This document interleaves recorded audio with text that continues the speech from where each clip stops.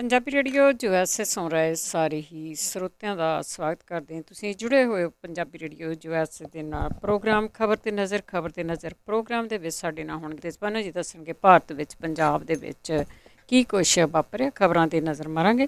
ਖਬਰਾਂ ਤੋਂ ਪਹਿਲਾਂ ਧੰਨਵਾਦ ਸਾਡੇ ਸਪਾਂਸਰ ਦਾ, ਜਿਨ੍ਹਾਂ ਨੇ ਇਸ ਪ੍ਰੋਗਰਾਮ ਨੂੰ ਸਪਾਂਸਰ ਕੀਤਾ। ਸਭ ਤੱਕ ਵਜ੍ਹਾ ਖਾਲਸਾ ਇੰਸ਼ੋਰੈਂਸ ਏਜੰਸੀ 4082722500। ਕਾਰਾਂ ਦੀ ਬਿਜ਼ਨਸ ਦੀ ਲਾਈਫ ਹੈਲਥ ਇੰਸ਼ੋਰੈਂਸ ਕਰਦੇ ਨੇ। ਇਹਨਾਂ ਨੂੰ ਕਾਲ ਕਰ ਸਕਦੇ ਹੋ। ਗੁਰਦੀਪ ਸਿੰਘ ਪਿਰਦੀ Clovis, Ram Singh Shergill Selma, Manjeet Singh Deewana Fresno, Gurcharan Singh Bikkar speed ਜੈਂਡਰ ਹੋਮ ਲੋਨ ਵਾਲੇ ਮੋਹਨ ਚੀਮਾ ਜੀ। 5599052575 ਧੜਕੀਆਣਾ ਇਮੀਗ੍ਰੇਸ਼ਨ ਲਾ ਫਰਮ 4159090503। ਬਹੁਤ ਬਹੁਤ ਧੰਨਵਾਦ ਕਰਦੇ ਹਾਂ। ਪ੍ਰੋਗਰਾਮਾਂ ਨੂੰ ਸਪਾਂਸਰ ਕਰਦੇ ਹੋ, ਸਭ ਤੱਕ ਪਹੁੰਚਾਉਂਦੇ ਹੋ। ਸਾਡੇ ਨਾਲ ਜੁੜ ਚੁੱਕੇ ਨੇ ਬਲਤੇਜ ਪੰਨੇ। ਸਤਿ ਸ਼੍ਰੀ ਅਕਾਲ, ਸਵਾਗਤ ਹੈ ਜੀ। ਸਤਿ ਸ਼੍ਰੀ ਅਕਾਲ ਜੀ, ਧੰਨਵਾਦ ਜੀ, ਬਹੁਤ ਮਿਹਰਬਾਨੀ।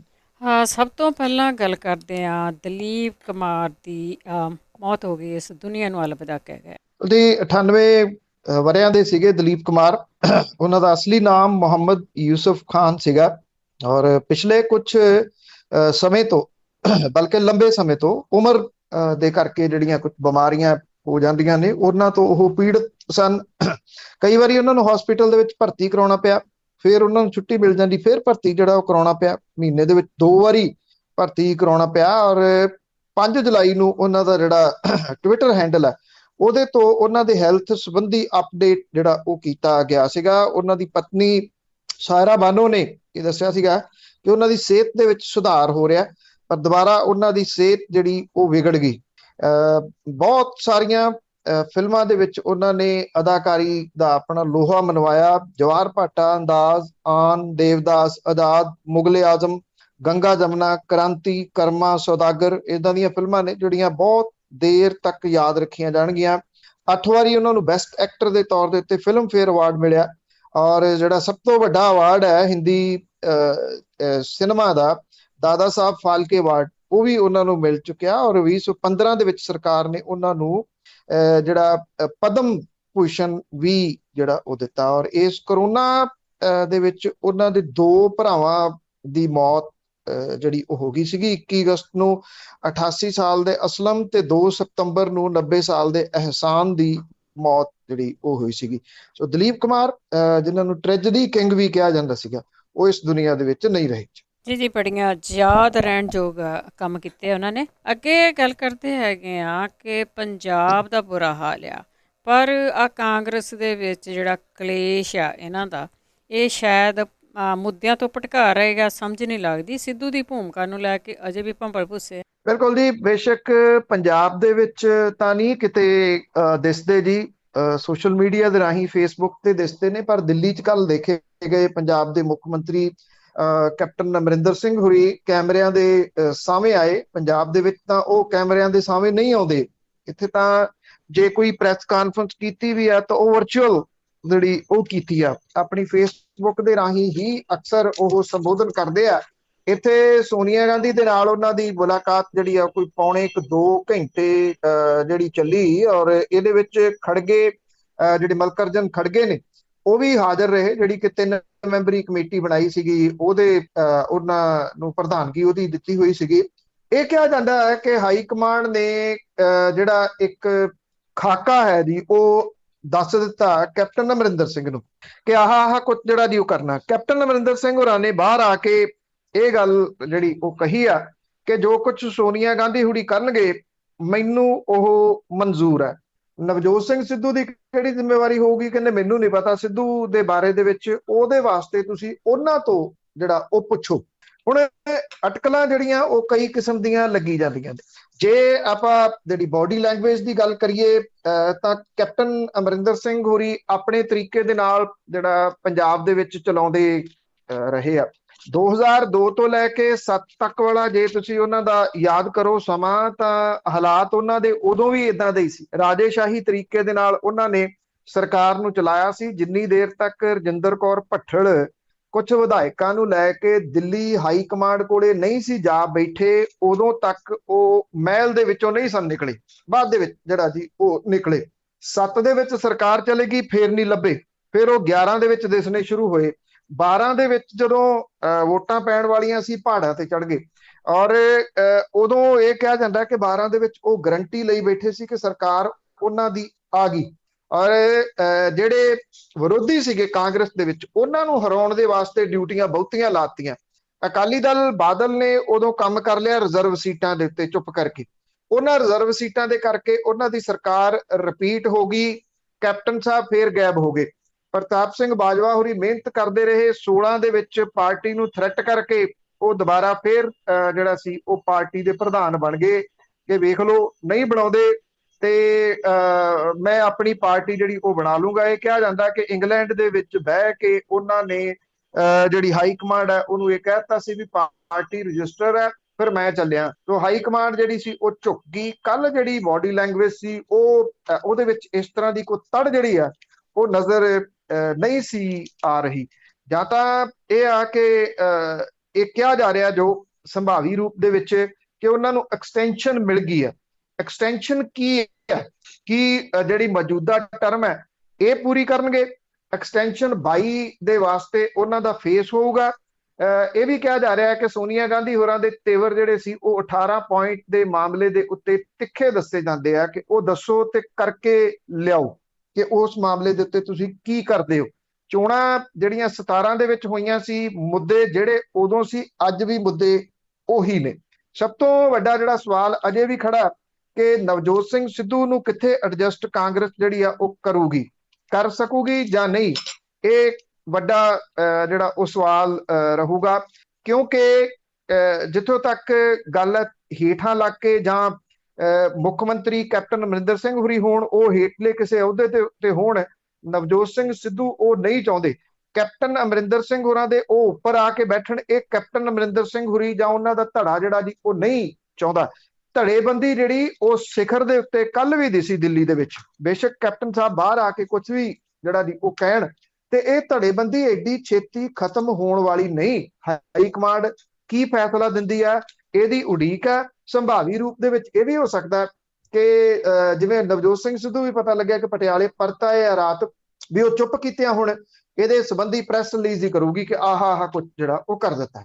ਬਿਲਕੁਲ ਜੀ, ਇਹਨਾਂ ਦੇ ਕਾਟੋ ਕਲੇਸ਼ ਹਜੇ ਇੱਕ ਨੂੰ ਹੋਰ ਨੂੰ ਐਂਟਰ ਕਰਨਾ, ਜਿਹੜਾ ਹੋਰ ਪਾਰਟੀ ਛੱਡ ਕੇ ਗਿਆ। ਕਾਟੋ ਕਲੇਸ਼ ਤਾਂ ਇਹਨਾਂ ਦਾ ਵਧੂਗਾ। ਅੱਗੇ ਪੰਜਾਬ ਭਾਜਪਾ ਨੂੰ ਦੇ ਵਿੱਚ ਵੀ ਖਲਾਰਾ ਪੈਣ ਦੇ ਆਸਾਰ ਆ। ਦੇਖੋ, ਪੰਜਾਬ ਭਾਜਪਾ ਦੇ ਜਿਹੜੇ ਹਾਲਾਤ ਨੇ ਉਹ ਤਾਂ ਅਜੀਬੋ-ਗਰੀਬ ਬਣੇ ਹੋਏ ਆ। ਕਹਿਣ ਨੂੰ ਉਹ ਕਹਿੰਦੀ ਕਿ 117 ਸੀਟਾਂ ਤੇ ਚੋਣ ਲੜਨੀ ਹੈ। 117 ਉਮੀਦਵਾਰ ਲੱਭਣਗੇ, ਉਹ ਵੀ ਲੱਭ ਜਾਣਗੇ। ਪੰਜਾਬ ਦੇ ਵਿੱਚ ਉਮੀਦਵਾਰਾਂ ਦੀ ਘਾਟ ਨਹੀਂ, ਕਿਉਂਕਿ ਪੰਜਾਬ ਤਾਂ ਭਰਿਆ ਪਿਆ ਟਿਕਟੂਆਂ ਦੇ ਨਾਲ। ਇੱਕ ਤੋਂ ਨਹੀਂ ਤੇ ਦੂਜੀ ਤੋਂ ਨਹੀਂ ਤੀਜੀ ਨੂੰ ਤੇ ਚੌਥੀ ਜਗ੍ਹਾ ਤੋਂ ਟਿਕਟਾਂ ਜਿਹੜਾ ਉਹ ਲੱਭਣ ਵਾਲੇ ਮਗਰ ਤੁਰੇ ਫਿਰਦੇ ਆ। ਪਰ ਉਹ ਜਿਹੜੇ ਉਮੀਦਵਾਰ ਹੋਣਗੇ ਉਹ ਲੋਕਾਂ ਦੇ ਵਿੱਚ ਕਿਵੇਂ ਜਾਣਗੇ, ਇਹ ਬੜਾ ਵੱਡਾ ਸਵਾਲ ਜਿਹੜਾ ਉਹ ਖੜਾ ਇਸ ਵੇਲੇ। ਕਿਉਂਕਿ ਕਿਸਾਨਾਂ ਦੇ ਨਾਲ ਸਿੱਧਾ ਜਿਹੜਾ ਜੀ ਉਹ ਪੰਗਾ ਲੈ ਕੇ, ਤੇ ਇਹਨਾਂ ਦੇ ਕੁਝ ਆਗੂ ਜਿਹੜੇ ਨੇ ਉਹਨਾਂ ਦੀ ਜ਼ਬਾਨ ਦਾ ਰਸ ਇੰਨਾ ਕੁ ਕਿਰਿਆ ਪਿਛਲੇ ਦਿਨਾਂ ਤੋਂ, ਚਾਹੇ ਹਰਜੀਤ ਸਿੰਘ ਗਰੇਵਾਲ ਆ ਚਾਹੇ ਸੁਰਜੀਤ ਕੁਮਾਰ ਜਿਆਣੀ ਹੈ, ਇਹ ਦੋਨੋਂ ਜਦੋਂ ਜਿਹੜਾ ਜੀ ਉਹ ਬੋਲਦੇ ਆ ਝੱਗ ਸੁੱਟਦੇ ਆ ਪੰਜਾਬੀ ਜਿਹੜਾ ਜੀ। ਤੋਂ ਇਹਨਾਂ ਨੇ ਇੰਨੇ ਕੁ ਜਿਹੜੇ ਵਖਰੇਵੇਂ ਆ ਉਹ ਪਾ ਦਿੱਤੇ ਹੋਏ ਆ ਕਿ ਜਿਹੜੀ ਪਾਰਟੀ ਆ ਉਹਨੂੰ ਚੋਣ ਲੜਨ ਜੋਗੀ ਇਹਨਾਂ ਨੇ ਛੱਡਣਾ ਨਹੀਂ। ਜਿਹੋ ਜਿਹੇ ਹਾਲਾਤ ਇਹ ਆਗੂ ਕੁਝ ਬਣਾ ਰਹੇ ਆ, ਇਹਨਾਂ ਦੇ ਵਿੱਚੋਂ ਥੋੜੀਆਂ ਬਾਗੀ ਸੁਰਾਂ ਪਿਛਲੇ ਦਿਨਾਂ ਦੇ ਵਿੱਚ ਅਨਿਲ ਜੋਸ਼ੀ ਨੇ ਕੱਢੀਆਂ, ਔਰ ਉਹਨੇ ਇਹ ਗੱਲ ਆਖੀ ਕਿ ਹਾਈ ਕਮਾਂਡ ਨੂੰ ਕਿਸਾਨਾਂ ਦੀ ਗੱਲ ਸੁਣਨੀ ਚਾਹੀਦੀ ਹੈ। ਇਹ ਵੀ ਕਿਹਾ ਕਿ ਅਸੀਂ ਇੱਥੇ ਰਹਿਣਾ, ਅਸੀਂ ਇੱਥੇ ਸਿਆਸਤ ਕਰਨੀ ਆ, ਸਾਡੇ ਬਿਜ਼ਨਸ ਇੱਥੇ ਨੇ, ਸਾਡੇ ਘਰ-ਬਾਰ ਇੱਥੇ ਨੇ, ਅਸੀਂ ਕਿਸਾਨਾਂ ਦੇ ਨਾਲ ਵਿਗਾੜ ਕੇ ਕਿਵੇਂ ਕਿਸੇ ਪਾਸੇ ਜਿਹੜਾ ਉਹ ਜਾ ਸਕਦੇ ਆ। ਇਹ ਜਿਹੜੀਆਂ ਸੁਰਾਂ ਸੀਗੀਆਂ ਇਹ ਭਾਰਤੀ ਜਨਤਾ ਪਾਰਟੀ ਨੂੰ ਕਿਸੇ ਵੀ ਹਾਲਤ ਦੇ ਵਿੱਚ ਪਸੰਦ ਨਹੀਂ ਸੀ ਆਉਣੀਆਂ। ਅਨਿਲ ਜੋਸ਼ੀ ਨੂੰ ਕਾਰਨ ਦੱਸੋ ਨੋਟਿਸ ਜਿਹੜਾ ਉਹ ਜਾਰੀ ਕੀਤਾ ਗਿਆ। ਇਹ ਕਿਹਾ ਗਿਆ ਕਿ ਉਹਦੀ ਬਿਆਨਬਾਜ਼ੀ ਜਿਹੜੀ ਆ ਉਹਦੇ ਨਾਲ ਪਾਰਟੀ ਦਾ ਨੁਕਸਾਨ ਹੋਇਆ। ਸਮਝ ਨਹੀਂ ਆਉਂਦੀ, ਪਾਰਟੀ ਪ੍ਰੋਫਿਟ 'ਚ ਕਦੋਂ ਸੀਗੀ ਪੰਜਾਬ ਦੇ ਵਿੱਚ? ਪੰਜਾਬ ਦੇ ਵਿੱਚ ਤਾਂ ਇੱਕ ਸਿੰਗਲ ਮੀਟਿੰਗ ਉਹਨਾਂ ਦੀ ਪਾਰਟੀ ਦੇ ਕਿਸੇ ਵਰਕਰ ਨੂੰ ਵੀ ਨਹੀਂ ਕੀਤੀ ਕਰਨ ਦਿੱਤੀ ਜਾ ਰਹੀ। ਜਿਹੜੇ ਨੇਤਾ ਤਾਂ ਬਹੁਤ ਦੂਰ ਦੀ ਗੱਲ ਨੇ, ਹੇਠਲੇ ਜਿਹੜੇ ਨੇਤਾ ਨੇ ਉਹਨਾਂ ਨੂੰ ਕੋਈ ਇੱਕ ਮੀਟਿੰਗ ਜਿਹੜੀ ਉਹ ਨਹੀਂ ਕਰਨ ਦਿੱਤੀ ਜਾ ਰਹੀ। ਹਾਲਾਤ ਇਹ ਨੇ ਕਿ ਹਰਜੀਤ ਸਿੰਘ ਗਰੇਵਾਲ ਵਰਗੇ ਬੰਦੇ ਦੇ ਜ਼ਮੀਨ ਦੇ ਵਿੱਚ ਝੋਨਾ ਲਾਇਆ ਕਿਸੇ ਨੇ, ਕਿਸਾਨਾਂ ਨੇ ਉਹਦੇ ਖੇਤਾਂ 'ਚ ਵੜ ਕੇ ਕੱਲਾ ਬੂਟਾ ਝੋਨੇ ਦਾ ਜਿਹੜਾ ਜੀ ਉਹ ਪੁੱਟ ਕੇ ਸੁੱਟ ਦਿੱਤਾ। ਇੰਨਾ ਜ਼ਿਆਦਾ ਗੁੱਸਾ ਇਹਨਾਂ ਦੇ ਬਾਰੇ ਦੇ ਵਿੱਚ ਪੰਜਾਬ ਦੇ ਵਿੱਚ ਹੈ। ਹਰਿਆਣੇ ਦੇ ਵਿੱਚ ਕੀ ਬਣਿਆ ਪਿਆ ਭਾਰਤੀ ਜਨਤਾ ਪਾਰਟੀ ਦਾ, ਉਹ ਕਿਸੇ ਤੋਂ ਲੁਕਿਆ ਛਿਪਿਆ ਨਹੀਂ। ਹੁਣ ਇਹਦੇ ਨਾਲ ਅਨਿਲ ਜੋਸ਼ੀ ਨੂੰ ਕਾਰਨ ਦੱਸੋ ਨੋਟਿਸ ਦੇਣ ਦੇ ਨਾਲ, ਕਿਉਂਕਿ ਅਨਿਲ ਜੋਸ਼ੀ ਦਾ ਵੀ ਇੱਕ ਧੜਾ ਹੈ, ਉਹਦੇ ਵਿੱਚ ਮਾਸਟਰ ਮੋਹਨ ਲਾਲ ਵੀ ਹੈਗੇ ਨੇ, ਉਹਦੇ ਵਿੱਚ ਪੁਰਾਣੇ ਕੁਝ ਜਿਹੜੇ ਆਗੂ ਹੈਗੇ ਨੇ, ਜਿਨ੍ਹਾਂ ਦੇ ਬਾਰੇ ਦੇ ਵਿੱਚ ਭਾਰਤੀ ਜਨਤਾ ਪਾਰਟੀ ਦੀ ਪੰਜਾਬ ਵਾਲੀ ਲੀਡਰਸ਼ਿਪ ਇਹ ਕਹਿੰਦੀ ਆ ਕਿ ਉਹ ਤਾਂ ਅੰਕਲ ਨੇਤਾ ਨੇ, ਉਹਨਾਂ ਦੀ ਕੋਈ ਜ਼ਰੂਰਤ ਜਿਹੜੀ ਉਹ ਨਹੀਂ ਹੈਗੀ ਪਾਰਟੀ ਨੂੰ, ਚਾਹੇ ਕੁਝ ਵੀ ਹੋਵੇ ਉਹ ਆਧਾਰ ਤਾਂ ਕੁਝ ਜਿਹੜਾ ਉਹ ਰੱਖਦੇ ਆ। ਅਨਿਲ ਜੋਸ਼ੀ ਨੂੰ ਕਾਰਨ ਦੱਸੋ ਨੋਟਿਸ ਦੇਣ ਤੋਂ ਬਾਅਦ ਪੰਜਾਬ ਭਾਜਪਾ ਦੇ ਅੰਦਰ ਵੀ ਜਿਹੜੀ ਆ ਉਹ ਘੁਸਰ ਮੁਸਰ ਵੱਡੇ ਪੱਧਰ ਦੇ ਉੱਤੇ ਤੇਜ਼ ਹੋ ਗਈ ਆ। ਹੁਣ ਸਵਾਲ ਵੇਖਣ ਵਾਲਾ ਇਹ ਹੋਊਗਾ ਕਿ ਕੀ ਅਨਿਲ ਜੋਸ਼ੀ ਹੁਰੀ ਆਪਣਾ ਕੋਈ ਜਵਾਬ ਭਾਰਤੀ ਜਨਤਾ ਪਾਰਟੀ ਨੂੰ ਭੇਜਦੇ ਆ? ਕੀ ਭਾਰਤੀ ਜਨਤਾ ਪਾਰਟੀ ਦੇ ਕੋਲੇ ਜੇ ਜਵਾਬ ਨਹੀਂ ਪਹੁੰਚਦਾ ਤਾਂ ਉਹਨਾਂ ਨੂੰ ਜਿਹੜਾ ਉਹ ਪਾਰਟੀ ਦੇ ਵਿੱਚੋਂ ਕੱਢਦੇ ਆ, ਜਾਂ ਉਦੋਂ ਪਹਿਲਾਂ ਅਨਿਲ ਜੋਸ਼ੀ ਹੁਰੀ ਕਿਸੇ ਹੋਰ ਪਾਰਟੀ ਦੇ ਵਿੱਚ ਚਲੇ ਜਾਂਦੇ ਆ? ਚਰਚਾ ਜਿਹੜਾ ਉਹ ਪਿਛਲੇ ਦਿਨਾਂ ਤੋਂ ਚੱਲਦਾ ਰਿਹਾ ਕਿ ਅਨਿਲ ਜੋਸ਼ੀ ਹੁਰੀ ਜਿਹੜੇ ਆ ਉਹ ਜਾ ਸਕਦੇ ਆ ਆਮ ਆਦਮੀ ਪਾਰਟੀ ਦੇ ਵਿੱਚ। ਥੋੜੀ ਜਿਹੀ ਉੱਥੇ ਜਿਹੜੀ ਸਮੱਸਿਆ ਇਹ ਆ ਰਹੀ ਆ ਕਿ ਅਨਿਲ ਜੋਸ਼ੀ ਦਾ ਜਿਹੜਾ 36 ਦਾ ਅੰਕੜਾ ਰਿਹਾ ਕੁੰਵਰ ਵਿਜੇ ਪ੍ਰਤਾਪ ਸਿੰਘ ਹੋਰਾਂ ਦੇ ਨਾਲ, ਉਹ ਵੀ ਕਿਉਂਕਿ ਅੰਮ੍ਰਿਤਸਰ ਤੋਂ ਨੇ, ਅੰਮ੍ਰਿਤਸਰ ਤੋਂ ਹੀ ਅਨਿਲ ਜੋਸ਼ੀ ਨੇ। ਇਹ ਜੇ ਸਮੱਸਿਆ ਜਿਹੜੀ ਹੱਲ ਹੁੰਦੀ ਹੈ ਤੇ ਕਿਹਾ ਜਾ ਸਕਦਾ ਕਿ ਆਉਂਦੇ ਦਿਨਾਂ ਦੇ ਵਿੱਚ ਉਹ ਪਾਲਾ ਬਦਲ ਸਕਦੇ ਜੀ। ਤੇ ਅੱਗੇ ਗੱਲ ਕਰਦੇ ਆ ਸਟੈਨ ਸਵਾਮੀ ਦੀ ਜਿਹੜੀ ਮੌਤ ਆ ਉਸ ਦੇ ਉੱਤੇ UN ਦੀ ਹਿਊਮਨ ਰਾਈਟਸ ਨੇ ਵੀ ਜਿਹੜਾ ਅਫਸੋਸ ਜਤਾਇਆ। ਤੋਂ ਹੈਰਾਨਗੀ ਇਹ ਆ ਕਿ ਇੱਥੇ ਜਿਹੜੇ ਚੈਨਲਸ ਨੇ ਤੇ ਇੱਥੋਂ ਦੀਆਂ ਜਿਹੜੀਆਂ ਅਖਬਾਰਾਂ ਨੇ, ਕੁਝ ਇੱਕ ਨੂੰ ਜਿਹੜਾ ਜੀ ਉਹ ਛੱਡ ਕੇ ਸਾਰੀਆਂ ਨੇ ਮੂੰਹ ਦੇ ਵਿੱਚ ਜਿਹੜੀ ਦੀ ਉਹ ਘੁੰਗਣੀਆਂ ਪਾ ਲਈਆਂ ਹੋਈਆਂ ਨੇ। ਕੋਈ ਨਹੀਂ ਬੋਲ ਰਿਹਾ, ਕੋਈ ਗੱਲ ਨਹੀਂ ਕਰ ਰਿਹਾ ਕਿ ਇੱਕ 84 ਸਾਲਾਂ ਦਾ ਬਜ਼ੁਰਗ ਜਿਹੜਾ ਪਾਰਕਿੰਸਨ ਵਰਗੀ ਬਿਮਾਰੀ ਤੋਂ ਪੀੜਤ ਸੀ, ਜਿਹੜਾ ਪਾਣੀ ਤੱਕ ਨਹੀਂ ਸੀ ਪੀ ਸਕਦਾ, ਜਿਹਨੂੰ ਮਸ਼ੀਨ ਤੋਂ ਬਿਨਾਂ ਸੁਣਦਾ ਨਹੀਂ ਸੀ, ਉਹ ਸਰਕਾਰ ਦੇ ਵਾਸਤੇ ਏਡਾ ਖਤਰਾ ਕਿਵੇਂ ਹੋ ਸਕਦਾ ਹੈ ਕਿ ਉਹਨੂੰ UAPA ਦੇ ਤਹਿਤ ਅੰਦਰ ਦੇ ਦਿੱਤਾ ਹੋਵੇ ਤੇ ਉਹਨੂੰ ਕਿਸੇ ਕਿਸਮ ਦੀ ਸਹੂਲਤ ਜੇਲ੍ਹ ਦੇ ਵਿੱਚ ਨਾ ਦਿੱਤੀ ਹੋਵੇ। ਉਹਨੂੰ ਜਿਹੜਾ ਕਰੋਨਾ ਇੰਜੈਕਸ਼ਨ ਸੀਗਾ ਉਹ ਇਸ ਕਰਕੇ ਨਹੀਂ ਲਾਇਆ ਗਿਆ, ਕਹਿੰਦੇ ਉਹਦਾ ਆਧਾਰ ਕਾਰਡ ਹੈ ਨਹੀਂਗਾ। ਔਰ ਇਸ ਮਸਲੇ ਦੇ ਉੱਤੇ UN ਹਿਊਮਨ ਰਾਈਟ ਜਿਹੜਾ ਉਹਨੇ ਟਵੀਟ ਕੀਤਾ ਕੱਲ, ਔਰ ਇਹ ਗੱਲ ਕਹੀ ਕਿ 84 ਸਾਲਾ ਸਟੈਨ ਸਵਾਮੀ ਦੀ ਹਿਰਾਸਤ ਦੇ ਵਿੱਚ ਹੋਈ ਮੌਤ ਤੋਂ ਉਹ ਬਹੁਤ ਦੁਖੀ ਹੈ। ਇਹ ਪਰੇਸ਼ਾਨ ਕਰਨ ਵਾਲਾ ਉਹਨਾਂ ਆਪਣੇ ਟਵੀਟ 'ਚ ਲਿਖਿਆ। ਔਰ ਇਹ ਕਿਹਾ ਕਿ ਮਨੁੱਖੀ ਹੱਕਾਂ ਦੇ ਬਾਰੇ ਸੰਯੁਕਤ ਰਾਸ਼ਟਰ ਦੀ ਹਾਈ ਕਮਿਸ਼ਨਰ ਮਿਸ਼ੇਲ ਬੈਸ਼ਲੇ ਤੇ ਸੰਯੁਕਤ ਰਾਸ਼ਟਰ ਦੇ ਖੁਦਮੁਖਤਿਆਰ ਮਾਹਰ ਲਗਾਤਾਰ ਸਵਾਮੀ ਦੇ ਕੇਸਾਂ ਦਾ ਮੁੱਦਾ ਚੁੱਕਦੇ ਰਹੇ ਆ। 15 ਜਿਹੜੇ ਹੋਰ ਨੇ ਮਨੁੱਖੀ ਹੱਕਾਂ ਦੇ ਵਾਸਤੇ ਲੜਨ ਵਾਲੇ ਕਾਰਕੁਨ, ਉਹਨਾਂ ਦੀ ਰਿਹਾਈ ਦਾ ਮੁੱਦਾ ਵੀ ਭਾਰਤ ਸਰਕਾਰ ਦੇ ਨਾਲ ਉਭਾਰਿਆ ਗਿਆ, ਜਿਨ੍ਹਾਂ ਨੂੰ ਪਿਛਲੇ 3 ਸਾਲਾਂ ਤੋਂ ਹਿਰਾਸਤ ਦੇ ਵਿੱਚ ਰੱਖਿਆ ਹੋਇਆ। ਐਲਗਾਰ ਪਰਿਸ਼ਦ ਮਾਓਵਾਦੀਆਂ ਦੇ ਸਬੰਧਾਂ ਦੇ ਬਾਰੇ ਦੇ ਵਿੱਚ ਕੇਸ ਦੇ ਵਿੱਚ ਗ੍ਰਿਫਤਾਰ ਕੀਤੇ ਗਏ ਪਾਦਰੀ ਜਿਹੜੇ ਕਾਰਕੁਨ ਸੀਗੇ, ਉਹਦੇ ਮੁੰਬਈ ਦੇ ਵਿੱਚ ਸੋਮਵਾਰ ਨੂੰ ਮੌਤ ਹੋ ਗਈ ਸੀ। ਅਕਤੂਬਰ 2020 ਦੇ ਵਿੱਚ UAPA ਦੇ ਤਹਿਤ ਉਹਨੂੰ ਗ੍ਰਿਫਤਾਰ ਜਿਹੜਾ ਉਹ ਕੀਤਾ ਗਿਆ ਸੀਗਾ। ਜਿਹੜੇ ਫਾਦਰ ਸਟੈਨ ਸਵਾਮੀ ਸੀ, ਉਹਦੇ ਗ੍ਰਿਫਤਾਰੀ ਦੇ ਵੇਲੇ ਬਿਨਾਂ ਜ਼ਮਾਨਤ ਸੁਣਵਾਈ ਤੋਂ ਹਿਰਾਸਤ ਦੇ ਵਿੱਚ ਉਹ ਸੀਗਾ।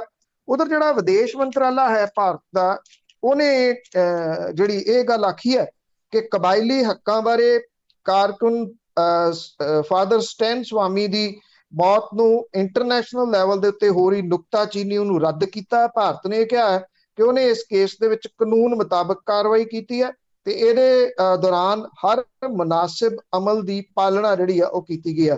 ਵਿਦੇਸ਼ ਮੰਤਰਾਲੇ ਨੇ ਜਾਰੀ ਕੀਤੇ ਗਏ ਆਪਣੇ ਬਿਆਨ ਦੇ ਵਿੱਚ ਕਿਹਾ ਹੈ ਕਿ ਸੰਬੰਧਿਤ ਅਥਾਰਟੀਜ਼ ਨੇ ਕਾਨੂੰਨ ਦੀ ਉਲੰਘਣਾ ਖਿਲਾਫ ਕਾਰਵਾਈ ਕੀਤੀ ਸੀ ਤੇ ਪੀੜਤ ਨੂੰ ਕਾਨੂੰਨ 'ਚ ਮਿਲਦੇ ਹੱਕਾਂ ਤੇ ਕੋਈ ਰੋਕ ਨਹੀਂ ਸੀ ਜਿਹੜਾ ਜੀ ਉਹ ਲਾਈ। ਉਧਰ ਜਿਹੜੀਆਂ ਵਿਰੋਧੀ ਧਿਰਾਂ ਨੇ, ਉਹਨਾਂ ਨੇ ਇਹ ਮਸਲਾ ਜਿਹੜਾ ਉਹ ਜ਼ਰੂਰ ਉਠਾਇਆ। 10 ਵਿਰੋਧੀ ਧਿਰਾਂ ਦੇ ਆਗੂਆਂ ਨੇ, ਕਾਂਗਰਸ ਪ੍ਰਧਾਨ ਸੋਨੀਆ ਗਾਂਧੀ ਜਿਹਦੇ ਵਿੱਚ ਸ਼ਾਮਲ ਨੇ, ਉਹਨਾਂ ਨੇ ਰਾਸ਼ਟਰਪਤੀ ਨੂੰ ਚਿੱਠੀ ਲਿਖ ਕੇ ਸਟੈਨ ਸਵਾਮੀ ਦੀ ਹਿਰਾਸਤ ਦੇ ਵਿੱਚ ਹੋਈ ਮੌਤ ਦੇ ਉੱਤੇ ਆਪਣੀ ਨਾਰਾਜ਼ਗੀ ਦਾ ਇਜ਼ਹਾਰ ਕੀਤਾ ਜੀ।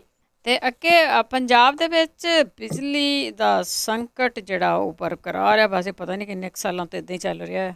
ਦੇਖੋ, 2 ਸੰਕਟ ਨੇ, ਇੱਕ ਤਾਂ ਕਾਂਗਰਸ ਨੂੰ ਸੰਕਟ ਪਿਆ ਹੈ, ਇੱਕ ਪੰਜਾਬ ਜਿਹੜਾ ਉਹ ਸੰਕਟਾਂ ਦੇ ਵਿੱਚ ਹੈ।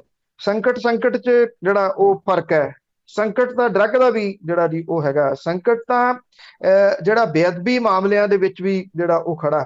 ਸੋ ਇਹ ਜਿਹੜਾ ਅਜੇ ਕੋਈ ਸੰਕਟ ਹੱਲ ਨਹੀਂ ਹੋਇਆ। ਨਾ ਇਹ ਹੱਲ ਹੋਣ ਦੇ ਹਾਲ ਦੀ ਘੜੀ ਆਸਾਰ ਨਹੀਂ, ਕਿਉਂਕਿ ਜੇ ਤਾਂ ਉਹਦੇ ਉੱਤੇ ਕੋਈ ਕੰਮ ਕੀਤਾ ਜਾ ਰਿਹਾ ਹੋਵੇ ਨਾ, ਫੇਰ ਤਾਂ ਇਹ ਕਿਹਾ ਜਾ ਸਕਦਾ ਵੀ ਠੀਕ ਹੈ, ਅਸੀਂ ਇੱਥੋਂ ਖਰੀਦਾਂਗੇ ਉੱਥੋਂ ਖਰੀਦਾਂਗੇ, ਕੁਛ ਨਾ ਕੁਛ ਕਰਾਂਗੇ। ਕੀਤਾ ਕੀ ਜਾ ਰਿਹਾ, ਮੌਨਸੂਨ ਉਡੀਕੀ ਜਾ ਰਹੀ ਹੈ। ਇਸ ਵਾਰੀ ਮੌਨਸੂਨ ਜਿਹੜੀ ਉਹ ਪਛੜ ਗਈ। ਮੌਨਸੂਨ ਦਾ ਪਛੜਨਾ ਇਸ ਸਮੱਸਿਆ ਦਾ ਕਾਰਨ ਨਹੀਂ ਕਿਹਾ ਜਾ ਸਕਦਾ। ਮੌਨਸੂਨ ਤਾਂ ਨੇਚਰ ਹੈ, ਇੱਕ ਕੁਦਰਤ ਹੈ, ਔਰ ਕੁਦਰਤ ਦਾ ਜਿਹੜਾ ਕੰਮ ਕਰਨ ਦਾ ਤਰੀਕਾ ਉਹਦਾ ਆਪਣਾ, ਉਹ ਕਿਸੇ ਬੰਦੇ ਦੇ ਕਹੇ ਦੇ ਉੱਤੇ, ਕਿਸੇ ਸਾਇੰਸ ਦੇ ਕਹੇ ਦੇ ਉੱਤੇ ਕੰਮ ਨਹੀਂ ਕਰਦੀ। ਇਸੇ ਲਈ ਉਹ ਨੇਚਰ ਹੈ, ਇਸੇ ਲਈ ਉਹ ਕੁਦਰਤ ਹੈ। ਨਹੀਂ ਆਈ ਮੌਨਸੂਨ ਤਾਂ ਕਹਿੰਦੇ ਜੀ ਉਹਦੀ ਵਜ੍ਹਾ ਕਰਕੇ ਜ਼ਿਆਦਾ ਜਿਹੜਾ ਇਹ ਖੜੇ ਹੋ ਗਏ ਹਾਲਾਤ। ਹੁਣ ਜਿਹੜਾ ਬਿਜਲੀ ਦਾ ਸੰਕਟ ਹੈ ਉਹ ਜਿਉਂ ਦਾ ਤਿਉਂ ਬਰਕਰਾਰ ਹੈ। ਸੂਬੇ ਦੀ ਸਰਕਾਰ ਨੇ ਵੱਡੇ ਜਿਹੜੇ ਉਦਯੋਗ ਨੇ, ਵੱਡੇ ਜਿਹੜੇ ਬਿਜ਼ਨਸ ਨੇ, ਉਹਨਾਂ ਨੂੰ 10 ਜੁਲਾਈ ਤੱਕ ਕੰਮ ਬੰਦ ਕਰਨ ਦੇ ਵਾਸਤੇ, ਬੰਦ ਰੱਖਣ ਦੇ ਵਾਸਤੇ ਜਿਹੜਾ ਜੀ ਉਹ ਕਹਿਤਾ। Punjab state power corporation limited ਨੇ ਜਿਹੜੇ ਜਾਰੀ ਕੀਤੇ ਗਏ ਹੁਕਮ ਨੇ, ਉਹਦੇ ਵਿੱਚ ਕੇਂਦਰੀ, ਉੱਤਰੀ ਤੇ ਪੱਛਮੀ ਜ਼ੋਨ ਦੇ ਵੱਡੇ ਉਦਯੋਗ ਜਿਹੜੇ 100 ਕਿਲੋਵਾਟ ਤੋਂ ਵੱਧ ਦਾ ਲੋਡ ਲੈਂਦੇ ਆ, ਉਹਨਾਂ ਸੰਬੰਧੀ ਪਾਬੰਦੀਆਂ ਜਿਹੜੀਆਂ ਉਹ ਵਧਾਤੀਆਂ ਨੇ। ਲਗਾਤਾਰ ਸਪਲਾਈ ਲੈਣ ਵਾਲੇ ਜਿਹੜੇ ਇੰਡਸਟਰੀਅਲ ਖੇਤਰ ਨੇ, ਉਹਨਾਂ ਦਾ ਪ੍ਰਵਾਨਿਤ ਲੋਡ 8 ਤੋਂ 18 ਜੁਲਾਈ ਤੱਕ 50% ਵਰਤਣ ਲਈ ਕਿਹਾ ਗਿਆ, ਔਰ ਇਹ ਯੂਨਿਟ ਹਾਲੇ ਤੱਕ ਕੰਟਰੈਕਟਡ ਲੋਡ ਦਾ 30% ਜਿਹੜਾ ਉਹ ਵਰਤ ਰਹੇ ਸੀਗੇ। ਪਾਵਰ ਕਾਰਪੋਰੇਸ਼ਨ ਹਾਲਾਂਕਿ ਖੇਤੀਬਾੜੀ ਖੇਤਰ ਦੇ ਵਧੇ ਲੋਡ ਨੂੰ ਲਗਾਤਾਰ ਪੂਰੇ ਕਰਨ ਦਾ ਦਾਅਵਾ ਕਰ ਰਿਹਾ ਹੈ, ਪਰ ਜਿਹੜਾ ਮੌਨਸੂਨ ਹੈ ਉਹਦੇ ਪਛੜਨ ਦੇ ਕਰਕੇ ਜਿਹੜਾ ਇਹ ਉਦਯੋਗਿਕ ਅਰਥ ਵਿਵਸਥਾ ਜਿਹੜੀਆਂ ਉਹ ਪੂਰੇ ਤਰੀਕੇ ਦੇ ਨਾਲ ਹਿੱਲ ਗਈਆਂ ਨੇ। ਪੂਰੇ ਸੂਬੇ ਦੇ ਵਿੱਚ ਉਦਯੋਗਪਤੀ ਵੱਡਾ ਨੁਕਸਾਨ ਹੋਣ ਬਾਰੇ ਕਹਿ ਰਹੇ ਆ, ਤੇ ਸਰਕਾਰ ਦੇ ਕੱਟ ਲਾਉਣ ਦੇ ਤਰਕ ਦੇ ਉੱਤੇ ਸਵਾਲ ਜਿਹੜੇ ਉਠਾ ਰਹੇ ਆ। ਪੰਜਾਬ ਸਮਾਲ ਇੰਡਸਟਰੀਜ਼ ਐਸੋਸੀਏਸ਼ਨ ਜਿਹੜੀ ਆ ਉਹ ਕਹਿੰਦੀ ਆ ਕਿ 50 ਵਰਕਰਾਂ ਵਾਲੀ ਯੂਨਿਟ ਨੂੰ ਰੋਜ਼ 35,000 ਰੁਪਏ ਦਾ ਨੁਕਸਾਨ ਹੋ ਰਿਹਾ। ਇਹ ਕਹਿ ਕੇ ਇੰਨਾ ਨੁਕਸਾਨ ਅਸੀਂ ਕਿੰਨੀ ਦੇਰ ਤੱਕ ਜਿਹੜਾ ਜੀ ਉਹ ਸਹਿ ਸਕਾਂਗੇ। ਇਹ ਕਿਹਾ ਕਿ ਵੋਟ ਬੈਂਕ ਦੀ ਸਿਆਸਤ ਲਈ ਅਰਥ ਵਿਵਸਥਾ ਦੀ ਬਲੀ ਦਿੱਤੀ ਜਾ ਰਹੀ ਹੈ। ਔਰ ਸਵਾਲ ਜਿਹੜਾ ਇਹਦੇ ਵਿੱਚ ਜਿਹੜਾ ਇਹ ਵੀ ਵੱਡਾ ਜਿਹੜਾ ਖੜਾ ਹੁੰਦਾ ਕਿ ਇੰਡਸਟਰੀ ਤੁਸੀਂ ਕਿੰਨੀ ਦੇਰ ਤੱਕ ਜਿਹੜਾ ਉਹ ਬਚਾ ਸਕੋਗੇ ਹੁਣ, ਕਿਉਂਕਿ ਇੰਡਸਟਰੀ ਵਾਲਿਆਂ ਨੇ ਓਪਨਲੀ ਜਿਹੜਾ ਇਹ ਕਹਿਤਾ ਕਿ ਅਸੀਂ ਦੂਜੇ ਸੂਬੇ ਵੱਲ ਨੂੰ ਜਿਹੜਾ ਉਹ ਕੂਚ ਕਰਾਂਗੇ, ਦੂਜੇ ਸੂਬਿਆਂ ਵੱਲ ਨੂੰ, ਕਿਉਂਕਿ ਸੂਬੇ ਇੰਡਸਟਰੀ ਨੂੰ ਲਿਆਉਣ ਦੇ ਵਾਸਤੇ ਤਰਲੋ ਮੱਛੀ ਹੁੰਦੇ ਨੇ, ਹਰ ਤਰ੍ਹਾਂ ਦੀਆਂ ਫੈਸਿਲਿਟੀਜ਼ ਦਿੰਦੇ ਨੇ। ਪਹਿਲਾਂ ਹੀ ਜਿਹੜੇ ਪਹਾੜੀ ਖੇਤਰ ਨੇ ਉਹਨਾਂ ਨੇ ਤਾਂ ਅੰਨ੍ਹੇਵਾਹ ਫੈਸਿਲਿਟੀਜ਼ ਦਿੱਤੀਆਂ ਹੋਈਆਂ ਨੇ। ਗੋਬਿੰਦਗੜ੍ਹ ਉੱਜੜਦਾ ਪਿਛਲੀ ਸਰਕਾਰ ਦੇ ਮੌਕੇ ਸਭ ਨੇ ਦੇਖਿਆ। ਇੰਡਸਟਰੀ ਦੇ ਪੁਆਇੰਟ ਆਫ ਵਿਊ ਤੋਂ ਸਾਰੀ ਇੰਡਸਟਰੀ ਇੱਥੋਂ ਮੂਵ ਕਰ ਗਈ ਗੋਬਿੰਦਗੜ੍ਹ ਤੋਂ, ਕਿਉਂਕਿ ਜਾਂ ਤਾਂ ਉਹ ਹਿੱਸਾ ਭਾਲਦੇ ਸੀਗੇ ਉਹਦੇ ਵਿੱਚ, ਜਾਂ ਮਹਿੰਗੀ ਬਿਜਲੀ, ਜਿਹੜੇ ਇਹ ਕਾਰਨ ਸੀਗੇ। ਨਾ ਉਹਨਾਂ ਨੇ ਹਿੱਸਾ ਦਿੱਤਾ, ਨਾ ਮਹਿੰਗੀ ਬਿਜਲੀ ਖਰੀਦੀ। ਸਾਰੀ ਜਿਹੜੀ ਇੰਡਸਟਰੀ ਸੀ ਉਹ ਗੋਬਿੰਦਗੜ੍ਹ ਦੀ ਉੱਜੜ ਗਈ। ਲੋਹਾ ਨਗਰੀ ਕਿਸੇ ਟਾਈਮ ਕਹੀ ਜਾਂਦੀ ਹੁੰਦੀ ਸੀ, ਹੁਣ ਕਬਾੜ ਨਗਰੀ ਬਣ ਗਈ। ਤੋਂ ਹਾਲਾਤ ਜਿਹੜੇ ਨੇ ਉਹ ਜਿਉਂ ਦੇ ਤਿਉਂ ਜਿਹੜੇ ਬਣੇ ਹੋਏ ਨੇ। ਰਹਿੰਦੀ ਖੁੰਦੀ ਇੰਡਸਟਰੀ ਜਿਹੜੀ ਹੈ ਜੀ ਉਹ ਮੌਜੂਦਾ ਸਰਕਾਰ ਨੇ ਭਜਾ ਦੇਣੀ ਜੀ। ਤੇ ਅੱਗੇ ਗੱਲ ਕਰਦੇ ਹਾਂ, ਮਹਾਰਾਸ਼ਟਰ ਦੀ ਵਿਧਾਨ ਸਭਾ ਦੇ ਵਿੱਚ ਖੇਤੀ ਕਾਨੂੰਨਾਂ ਦੇ ਟਾਕਰੇ ਲਈ ਬਿੱਲ ਪਾਸ ਕੀਤੇ ਗਏ। ਕੋ ਐਕਚੁਅਲੀ ਇਹ ਜੀ ਕਿ ਜਿਹੜੇ ਵੱਖ-ਵੱਖ ਰਾਜ ਨੇ, ਜਿਹੜੇ ਗੈਰ ਭਾਜਪਾਈ ਰਾਜ ਨੇ, ਉਹਨਾਂ ਨੇ ਕੇਂਦਰ ਦੇ ਜਿਹੜੇ ਖੇਤੀ ਕਾਨੂੰਨ ਨੇ ਉਹਨਾਂ ਦਾ ਮੁਕਾਬਲੇ ਦੇ ਵਾਸਤੇ ਬਿੱਲ ਜਿਹੜੇ ਆ ਉਹ ਪੇਸ਼ ਕੀਤੇ ਆ ਜਾਂ ਪਾਸ ਕੀਤੇ ਆ।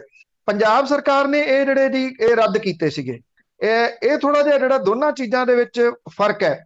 ਇੱਕ ਤਾਂ ਜਿਹੜਾ ਕੇਂਦਰ ਦੀ ਸਰਕਾਰ ਦਾ ਵਿਰੋਧ ਕਰਨ ਦੇ ਵਾਸਤੇ ਲਗਭਗ ਗੈਰ ਭਾਜਪਾਈ ਰਾਜਾਂ ਨੇ ਆਪਣੇ ਤੌਰ ਦੇ ਉੱਤੇ ਜਿਹੜੇ ਜੀ ਉਹ ਬਿੱਲ ਲਿਆਂਦੇ ਆ। ਖੇਤੀਬਾੜੀ, ਸਹਿਕਾਰਤਾ ਤੇ ਖੁਰਾਕ ਸਿਵਲ ਸਪਲਾਈ, ਇਹ ਕਿਹਾ ਗਿਆ ਕਿ ਇਹਨਾਂ ਬਿੱਲਾਂ ਦੇ ਵਿੱਚ ਜਿਹੜੇ ਫਸਲਾਂ ਦਾ ਘੱਟੋ ਘੱਟ ਸਮਰਥਨ ਮੁੱਲ ਤੋਂ ਵੱਧ ਕੀਮਤ ਦਿਵਾਉਣ, ਬਕਾਇਆ ਸਮੇਂ ਸਿਰ ਦੇਣ, ਕਿਸਾਨਾਂ ਦੀ ਖੱਜਲ ਖੁਆਰੀ ਜਿਹੜੀ ਇਹਦੇ ਵਿੱਚ 3 ਸਾਲ ਜੇਲ੍ਹ ਦੀ ਸਜ਼ਾ ਤੇ 5 ਲੱਖ ਰੁਪਏ ਜੁਰਮਾਨਾ ਜਾਂ ਦੋਵੇਂ ਜਿਹੜੇ ਉਹ ਕਰਨ ਦੀ ਗੱਲ ਕਹੀ ਗਈ ਆ। ਜਿਹੜੇ ਖੇਤੀ ਮੰਤਰੀ ਆ ਮਹਾਰਾਸ਼ਟਰ ਦਾ, ਉਹਨੇ ਇਹ ਕਿਹਾ ਕਿ ਜੇ ਖੇਤੀ ਜਿਹੜਾ ਹੈ ਉਹਦੀ ਪੇਸ਼ਕਸ਼ ਕੀਮਤ ਘੱਟੋ ਘੱਟ ਸਮਰਥਨ ਮੁੱਲ ਤੋਂ ਵੱਧ ਨਹੀਂ ਆ ਤਾਂ ਇਹਨੂੰ ਵੱਧ ਨਹੀਂ ਮੰਨਿਆ ਜਾਊ, ਇਹਨੂੰ ਸਹੀ ਨਹੀਂ ਮੰਨਿਆ ਜਾਊਗਾ। ਔਰ ਉਹਨੇ ਕਿਹਾ ਕਿ ਜੇ ਕਿਸਾਨ ਨੂੰ ਆਪਣੀ ਫਸਲ ਵੇਚਣ ਦੇ 7 ਦਿਨਾਂ ਦੇ ਵਿੱਚ ਪੈਸੇ ਨਹੀਂ ਮਿਲਦੇ ਤਾਂ ਸੰਬੰਧਿਤ ਵਪਾਰੀ ਦੇ ਖਿਲਾਫ ਫੌਜਦਾਰੀ ਕੇਸ ਦਰਜ ਕੀਤਾ ਜਾਊਗਾ, ਔਰ ਇਹ ਸਜ਼ਾ 3 ਸਾਲ ਜੇਲ੍ਹ ਤੇ 5 ਲੱਖ ਰੁਪਏ ਜੁਰਮਾਨਾ ਹੋਊਗੀ। ਔਰ ਇਹ ਵੀ ਕਿਹਾ ਕਿ ਜਿਹੜੀ ਸਪਲਾਈ ਤੇ ਜਿਹੜੀ ਇਹ ਇਕੱਠਾ ਕਰਨਾ ਜਿਹੜਾ ਇਹਦੇ ਉੱਤੇ ਪਾਬੰਦੀਆਂ ਲਾਉਣ ਦੀਆਂ ਤਾਕਤਾਂ ਦਾ ਵੀ ਜਿਹੜਾ ਉਹ ਪ੍ਰਬੰਧ ਹੈ। ਦਸੰਬਰ ਦੇ ਵਿੱਚ ਨਾਗਪੁਰ ਦੇ ਵਿੱਚ ਹੋਣ ਵਾਲੇ ਸਰਦ ਰੁੱਤ ਇਜਲਾਸ ਦੇ ਵਿੱਚ ਇਹਦੇ ਉੱਤੇ ਚਰਚਾ ਹੋਊਗੀ। ਮਾਲ ਮੰਤਰੀ ਜਿਹੜਾ ਮਹਾਰਾਸ਼ਟਰ ਦਾ, ਉਹਨੇ ਕਿਹਾ ਕਿ ਕੇਂਦਰ ਸਰਕਾਰ ਨੇ ਤਿੰਨੋਂ ਕਾਨੂੰਨ ਬਿਨਾਂ ਕਿਸੇ ਵਿਚਾਰ ਚਰਚਾ ਤਹਿਤ ਪਾਸ ਕੀਤੇ ਆ। ਇਹਨਾਂ ਕਾਨੂੰਨਾਂ ਵਿਚਲੀਆਂ ਬਹੁਤ ਸਾਰੀਆਂ ਚੋਰ ਮੋਰੀਆਂ ਨੇ ਜਿਨ੍ਹਾਂ ਨੇ ਸੂਬੇ ਦੀਆਂ ਸਰਕਾਰਾਂ ਦੇ ਹੱਕਾਂ ਦੇ ਉੱਤੇ ਡਾਕੇ ਜਿਹੜੇ ਆ ਉਹ ਮਾਰੇ ਆ। ਔਰ ਇਹ ਵੀ ਕਿਹਾ ਕਿ ਸੂਬਾ ਸਰਕਾਰਾਂ ਨੂੰ ਕਾਨੂੰਨ ਬਣਾਉਣ ਦਾ ਪੂਰਾ ਹੱਕ ਹੈ। ਅਸੀਂ ਖੇਤੀ ਕਾਨੂੰਨਾਂ ਦੇ ਵਿੱਚ ਸੋਧਾਂ ਦਾ ਸੁਝਾਅ ਜਿਹੜਾ ਜੀ ਉਹ ਦਿੱਤਾ। ਉਧਰ ਜਿਹੜੇ ਕਿਸਾਨ ਨੇ ਉਹਨਾਂ ਦੇ ਆਗੂ ਯੋਗਿੰਦਰ ਯਾਦਵ ਨੇ ਇਹ ਗੱਲ ਕਹੀ ਆ ਕਿ ਖੇਤੀ ਕਾਨੂੰਨ ਤਾਂ ਮਰ ਚੁੱਕੇ ਆ, ਇਹਨਾਂ ਦੇ ਡੈਥ ਸਰਟੀਫਿਕੇਟ ਦੇ ਉੱਤੇ ਦਸਤਖਤ ਹੀ ਹੋਣੇ ਜਿਹੜੇ ਆ ਉਹ ਬਾਕੀ ਆ। ਇਹ ਕਿਹਾ ਕਿ ਕੋਈ ਵੀ ਪਾਰਟੀ ਹੁਣ ਇਹਨਾਂ ਖੇਤੀ ਕਾਨੂੰਨਾਂ ਨੂੰ ਲਾਗੂ ਕਰਨ ਦੀ ਹਿੰਮਤ ਨਹੀਂ ਜਿਹੜਾ ਉਹ ਕਰੂਗੀ। ਔਰ ਜਿਹੜੇ ਕਿਸਾਨ ਨੇ ਉਹਨਾਂ ਦੇ ਵੱਲੋਂ ਜਿਵੇਂ ਤਿਆਰੀ ਕੀਤੀ ਜਾ ਰਹੀ ਹੈ ਆਉਣ ਵਾਲੇ ਪਾਰਲੀਮੈਂਟ ਸੈਸ਼ਨ ਦੇ ਬਾਹਰ ਧਰਨੇ ਦੇਣ ਦੀ, ਤੇ ਜਿਹੜੀਆਂ ਵਿਰੋਧੀ ਪਾਰਟੀਆਂ ਨੇ ਉਹਨਾਂ ਨੂੰ ਚਿੱਠੀਆਂ ਦੇਣ ਦੀ ਕਿ ਉਹ ਅੰਦਰ ਜਿਹੜਾ ਦੀ ਉਹ ਚੁੱਕਣ। ਬਿਨਾਂ ਕਿਸੇ ਸ਼ੱਕ ਦੇ ਕੇਂਦਰ ਦੀ ਸਰਕਾਰ ਦੇ ਵਿੱਚ ਇੱਕ ਫਿਕਰਮੰਦੀ ਤਾਂ ਵੱਡੀ ਜਿਹੜੀ ਇਹ ਆ ਕਿ ਸੈਸ਼ਨ ਚੱਲਣ ਦੇ ਆਸਾਰ ਜਿਹੜੇ ਉਹ ਹੈ ਨਹੀਂਗੇ। ਇੱਕ ਤਾਂ ਖੇਤੀ ਕਾਨੂੰਨਾਂ ਕਰਕੇ ਵੱਡਾ ਰੇੜਕਾ ਬਣੂਗਾ, ਦੂਜਾ ਜਿਹੜਾ ਰਫੇਲ ਡੀਲ ਆ ਉਹ ਵੀ ਉਹਦੇ ਵਾਸਤੇ ਮੁਸ਼ਕਲ ਜਿਹੜੀ ਉਹ ਬਣੂਗੀ ਜੀ। ਤੇ ਅੱਗੇ ਗੱਲ ਕਰਦੇ ਆ ਸੁੱਚਾ ਲੰਗਾ ਦੀ। ਉਹ ਸੁੱਚਾ ਹੋ ਗਿਆ ਸੀ, ਅੰਮ੍ਰਿਤ ਛਕ ਲਿਆ ਸੀ, ਤਾਂ ਪਰ ਕਿਸੇ ਨੇ ਕੰਪਲੇਨ ਕਰ ਦਿੱਤੀ ਸੀ ਤਾਂ ਪੁਲਿਸ ਨੇ ਉਸ ਨੂੰ ਕਲੀਨ ਚਿੱਟ ਦਿੱਤੀ ਹੈ। ਐਕਚੁਅਲੀ ਇਹ ਸੀਗਾ ਕਿ ਇੱਥੇ ਦਮਦਮੀ ਟਕਸਾਲ ਤੋਂ ਹੈਗੇ ਨੇ ਪ੍ਰੋਫੈਸਰ ਸਰਚਾਂਦ, ਇਹ ਉਹਨਾਂ ਨੇ ਕਹਿੰਦੇ ਇੱਕ ਪ੍ਰਬੰਧ ਕੀਤਾ ਸੀਗਾ ਕਿ ਉਹਨਾਂ ਨੂੰ ਇੱਕ ਗੁਰਦੁਆਰੇ ਦੇ ਵਿੱਚ ਲਿਜਾ ਕੇ ਤੇ ਉੱਥੇ ਅੰਮ੍ਰਿਤ ਜਿਹੜਾ ਉਹ ਛਕਾ ਦਿੱਤਾ ਸੀਗਾ। ਅੰਮ੍ਰਿਤ ਛਕਾ ਕੇ ਉਹਨੂੰ ਪੰਥ ਦੇ ਵਿੱਚ ਵਾਪਸੀ ਦਾ ਬੈਕਡੋਰ ਇਹ ਲੱਭਿਆ ਗਿਆ ਸੀਗਾ। ਸੁੱਚੇ ਲੰਗਾ ਨੂੰ 6 ਅਗਸਤ 17 ਨੂੰ ਸਿੱਖ ਪੰਥ ਦੇ ਵਿੱਚੋਂ ਛੇਕਿਆ ਗਿਆ ਸੀ। ਗੁਰਦਾਸਪੁਰ ਪੁਲਿਸ ਨੇ ਇੱਕ ਔਰਤ ਦੀ ਸ਼ਿਕਾਇਤ ਦੇ ਉੱਤੇ ਲੰਗਾ ਦੇ ਖਿਲਾਫ 19 ਸਤੰਬਰ 17 ਨੂੰ ਜਬਰ ਜਨਾਹ ਦਾ ਕੇਸ ਦਰਜ ਕੀਤਾ ਸੀਗਾ। ਮੁੜ ਕੇ ਔਰਤ ਜਿਹੜੀ ਉਹ ਅਦਾਲਤ ਦੇ ਵਿੱਚ ਜਾ ਕੇ ਮੁੱਕਰ ਗਈ ਤੇ ਜੁਲਾਈ 18 ਦੇ ਵਿੱਚ ਉਹਨੂੰ ਇਸ ਕੇਸ ਦੇ ਵਿੱਚੋਂ ਬਰੀ ਕਰ ਦਿੱਤਾ ਸੀਗਾ।